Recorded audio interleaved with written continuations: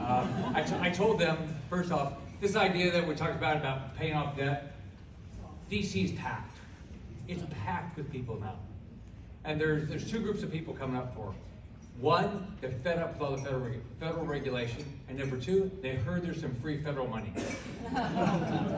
It's not a little bit of federal money, it's staggering how much money is being spent. So I'll just give you one, and I want to thank some people first, but the population in the last 5 years is up 2%. How much is spending up? What's your guess? 66%. I mean, think about this. It can't last. So let me just start by thanking some people. First, John, thank you for the introduction. Aaron and I got to work together. Actually, he's probably the only person in the room that actually I knew before I ran for governor. So I talked to him about some healthcare stuff back when I was in the hospital business, urgent care business. But you have, with Aaron Bean, you have somebody that is very passionate about this community. He doesn't take no for an answer. He was great to work with in the state legislature when I was governor, and he's hit the ground running up in DC, which is not easy. So thank you for your friendship. Yes. Thank you. And you married really well. Next I want to thank, where's Clay? I also got to work with Clay. By the way, everybody thinks, oh gosh, the governor job is the most important job, or president and all that stuff. Nothing happens without a legislature. Actually, the governor doesn't pass a budget, right? The legislature passes the budget. So if it wasn't for the people you sent to Tallahassee, with regard to watching how we spend money, spend the money properly, none of that would have happened. But for individuals like Aaron and Clay. So thank you very much, and thank you for all your continued hard work.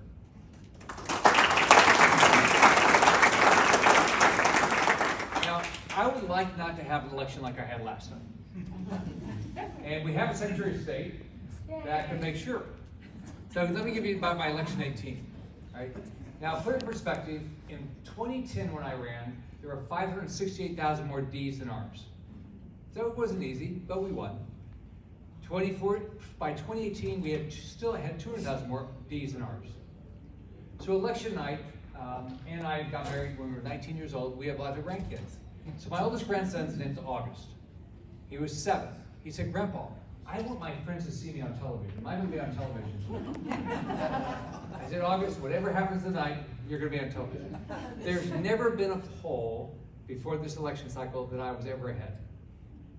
And in 2018, Republicans lost all across the country in statewide races. It was a horrible election cycle for us, right? So we won by 57,000 votes. My grandson was so excited because his friends are going to see him on television. Grandpa saying he won, right? And I go visit school and he trash talked my opponent all the time. I said, guys don't have to do that. Let the TV do that for you. So, but guess what? The day after the election, the Democrat lawyer who had never lost a recount, Mark Elias, came down. He says, we're going to win through the courts. They counted 95,000 ballots illegally. They found them in cars and trucks all over the state. Right? We still won, but we only won because of individuals in this room that went and poll watched, did 3 recounts, right? We had 1,000 lawyers and we kicked their butt. We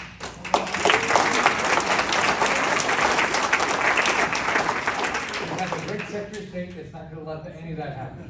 So I believe that. So the next 4 days later, I was with my grandson and I said, August, I'm going to recount. He said, Grandpa, I told my friends you won. I said, me too. Next, I want to thank Dean Black. So Dean is an example of why we're going to win. And Dean's not the only one. Our county, you look around this, you here in Nassau County, you look down in Duval, you look at other places.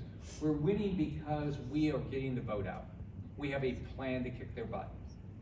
I was with Susie Wiles, who's running Trump's campaign, last week, and she said, we're going to make sure the whole country is like what Dean's doing in Duval County. That's what, so you've got now a nationwide reputation, and you're gonna make sure we have a big win. We have a great team, Senator. Yeah.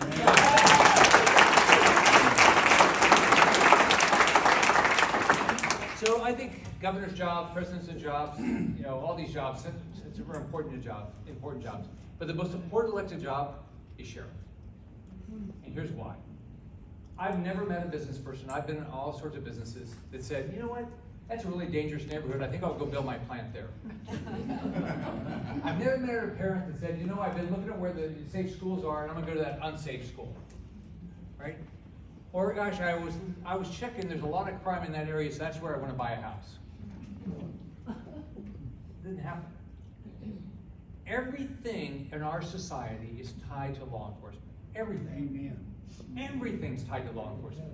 Now, first, at the state level, at the local level, it's all law enforcement. At the federal level, it's really more. What the federal level should be doing. At the federal level, we should be doing basically about it is armed forces. But I want to thank you, Sheriff. This community is going to grow.